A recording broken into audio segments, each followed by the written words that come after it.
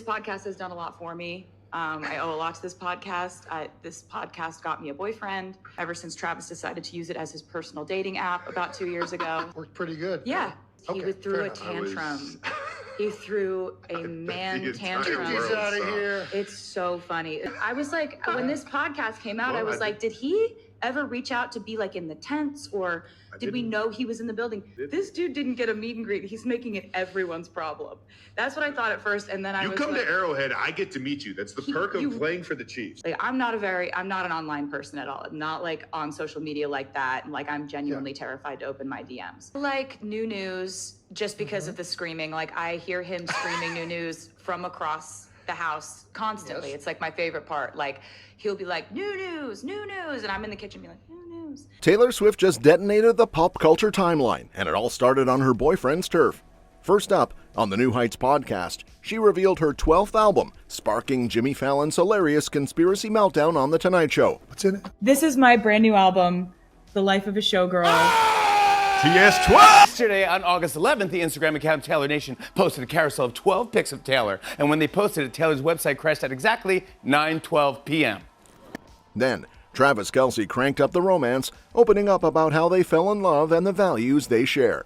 But he also got candid, admitting he's slipped a little on the field thanks to a jam-packed life off it. And finally, Swift isn't just keeping him in her world, she's giving him a starring role in her next era. Looks like this playbook is part touchdown, part chart topper. Taylor Swift just dropped a bomb on the Swiftie universe. And no, it's not another cryptic cat video or an Easter egg hidden in a latte foam heart. She's finally revealed the title of her 12th studio album, and it's called The Life of a Showgirl. Yep, it sounds like glitter, feathers, and late-night drama all rolled into one. She spilled the beans while hanging out on the New Heights podcast. You know, the one hosted by her boyfriend Travis Kelce and his brother Jason, where sports talk occasionally gets ambushed by Taylor-related chaos. The setup? Classic Swift. Insiders say she had been teasing the fandom on Instagram the day before, posting those mysterious artsy shots that have everyone zooming in and decoding it like it's a national security threat. Then, just after midnight New York time, a short clip hit the internet. Taylor, pulling a vinyl record out of a briefcase like she's about to launch a spy mission, casually drops the mic. This is my brand new album. Boom. Cue meltdown. So I wanted to show you something. Okay. What do we got? We got, A briefcase. yep, Mint green with TS Yep. on it. yep. What's in it? This is my brand new album, The Life of a Showgirl. TS12! Still no release date though, because of course she's going to keep everyone sweating.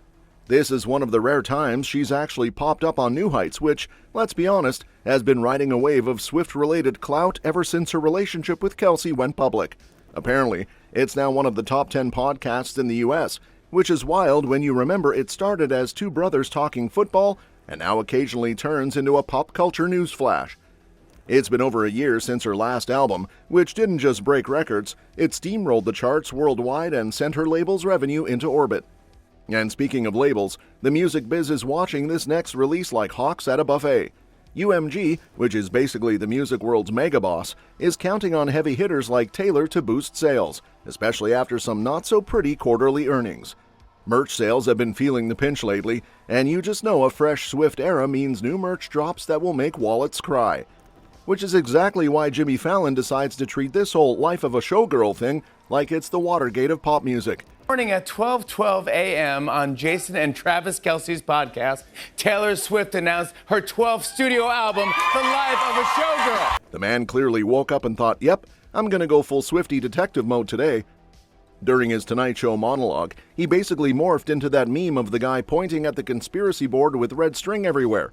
Insiders say Fallon started connecting dots that probably didn't need connecting, but hey, it was hilarious watching him spiral.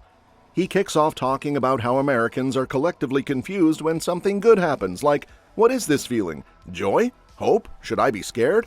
Americans are like, wait, there's good news out there? I don't know what to do with myself. Then he dives headfirst into the evidence, claiming we all need Taylor's music before we start doing weird stuff like collecting creepy little figurines no one asked for. Naturally, the announcement broke Taylor's website in minutes, and out of muscle memory, Ticketmaster's too. Seriously, we all need Taylor Swift right now, because without her music and her merchandise, we end up doing weird stuff like starting a Labubu collection. Stuff like that, you know. What are we doing? Yeah, following the announcement, Taylor's website immediately crashed. Yep. And then out of habit, so did Ticketmasters. Now here's where Fallon fully embraces his inner tinfoil hat energy. He insists the release date is hiding in plain sight, tied to the magic number 12. It's her 12th album, announced at 12:12 a.m. on August 12th. Seems obvious, right? Nope. He shoots down the easy guess of October 12th because apparently the internet spotted even weirder coincidences. Okay, so the release date. We know the number 12 will be involved, since it's her 12th album, and the announcement was shared on Instagram at 12:12 a.m. on Tuesday, August 12th. You follow? Question is, which 12th? Well, her website says pre-orders will ship before October 13th, so you'd have to assume. Fallon points out that Taylor Nation, her official fan hub, posted exactly 12 photos of her on August 11th, which conveniently crashed her site at 9:12 p.m. Oh, and they'd previously posted something else at the same oddly specific time. 2 9/12s? Well, clearly that means September 12th. Duh. Yesterday, on August 11th, the Instagram account Taylor Nation posted a carousel of 12 pics of Taylor, and when they posted it, Taylor's website crashed at exactly 9:12 p.m. But when you factor in that Taylor Nation first teased the album with a different post, also made at exactly 9:12 p.m., now there's 2 9/12s, which points to September 12th. But Fallon's not done. He then whips out the Lady Gaga connection, which sounds like a Netflix docuseries waiting to happen. Apparently during the Eras Tour, the second-to-last song before Taylor hit the stage was Applause by Gaga, followed by a countdown starting at 2 minutes and 24 seconds. And since August 12th is the 224th day of the year, and Applause dropped exactly 12 years ago on August 12th, 2013, well, the math speaks for itself, at least in Fallon's brain. We haven't even talked about the Lady Gaga connection. Okay, during the Eras Tour, the second to last song that played before Taylor came on stage was Applause by Lady Gaga, which was followed by a countdown clock that started at 2 minutes and 24 seconds. Today is the 224th day of the year, August 12th. And when did the song Applause come out? August 12th, 2013, exactly 12 years ago today. By this point, Tariq from The Roots is side-eyeing the whole thing, but Fallon's too far gone, ending with a dramatic 3 + 9 = 12, like he's cracked some Illuminati code. What does any of that mean? What does it mean? What does it mean? Think about it, Tariq. I explained this theory at exactly 11:39. And what's 3 + 9? They get it. And while Fallon is mapping Taylor's album clues like he's cracking the Da Vinci Code, Travis is busy dropping the actual heart melt stuff. Forget coded Instagram posts. The guy just went full rom-com in an interview, spilling about how he and Taylor fell in love. And no, it wasn't some dramatic, he threw her a football, she wrote him a song montage. According to him, it's all just happened.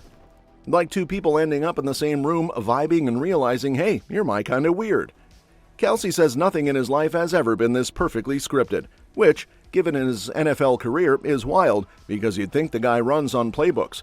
But apparently this wasn't some carefully planned celebrity PR thing. It was as organic as finding fries at the bottom of your takeout bag. Different worlds? Sure. One selling out stadiums with glitter cannons, the other's tackling 250-pound men for fun, but he swears there's a surprising amount of overlap. He talks about how they're both fun-loving, both big on appreciating people for who they are, and both living at a speed where normal is just not a setting. Basically, they're cut from the same chaotic yet wholesome cloth. And somewhere in all that, things just took off. His words, not mine, but given the look on his face, I'm guessing took off is code for went 0 to 100 faster than a Patrick Mahomes touchdown drive. Of course, this wasn't exactly breaking news for anyone who saw them hand in hand at that Saturday Night Live after party back in October 2023. The same week, Kelce was still high on his Super Bowl win, and Taylor was in the early glitter-soaked days of her Eras Tour. But sources have been whispering for ages that the spark started way before that official debut. And now, while everyone's been swooning over his love story, Travis Kelce is hitting us with a dose of real talk about football life. The guy's basically admitting that the past 2 seasons, not exactly peak Kelce. Sure, the stats are still good enough to make most tight ends cry into their Gatorade, but by his own gold standard, he knows he's slipped a little. And yeah, he knows why. Let's just say his calendar hasn't exactly been limited to playbooks and practice drills. In between catching passes for the Chiefs, he's been hosting Saturday Night Live, popping up in a Ryan Murphy thriller, clowning around in Happy Gilmore 2 with Adam Sandler, playing Quizmaster on Are You Smarter Than a Celebrity, and talking shop on the New Heights podcast with his brother. Oh, and casually dating one of the most famous women on earth. So yeah, a busy man. Kelce admits all these off-field adventures might have tugged his focus away from the NFL grind, but he's quick to point out he doesn't regret any of it. In fact, he sounds almost proud of trying new things, even if it means the numbers dipped, like last season's 823 receiving yards and 3 touchdowns, which is practically a slow day at the office by his standards. But this year, he's dialed in, motivated, and ready to remind everyone why his name's already penciled into the Hall of Fame guest list. The sting of losing the Super Bowl to the Eagles is still fresh, and he's making it clear he wants to show up for his guys come September 5th, when the Chargers roll into town. As for life after football, Kelce's not rushing the decision, but you can bet it'll involve a mix of football talk, entertainment gigs, and maybe a little Hollywood sparkle. And yes, the Swift factor inevitably comes up. He laughs off the constant cameras, saying that away from the flashing lights, they're just two normal people who clicked in the most natural way possible. No master plan, no PR stunt, just two fun-loving humans sharing the same values. Which might explain why she's now flipping the script and making him a co-star in the rollout for her next era, like he just got drafted into Team Swift without even realizing it. Now, for anyone else, announcing a project on your partner show would just be cute couple stuff, but Swift doesn't need anybody's platform, she is the platform. This is the woman who can crash Ticketmaster by breathing near a tour announcement. She spent years dodging interviews, swerving late-night couches, and keeping her personal life on lock so tight you'd think she had it in a vault at Fort Knox. And yet here she is, turning her boyfriend's football chat into her own album launchpad. Fans are already clocking the change. During her Joe Alwyn years, she practically had a witness protection level policy. No joint interviews, no podcast cameos, barely even a public coffee run. Even when she collaborated with boyfriends before, it was all under aliases and spilled long after the fact. But with Kelce, she's waving him into the spotlight, letting the man cameo at stadium shows, rewriting her own lyrics for him mid-performance, and even pulling the legendary Karma is the Guy on the Chiefs move that basically melted the internet.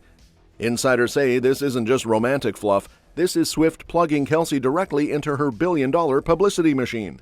He's gone from catching passes to catching cross-promo gold, with NFL viewership and jersey sales spiking just because she decided to be his loudest cheerleader.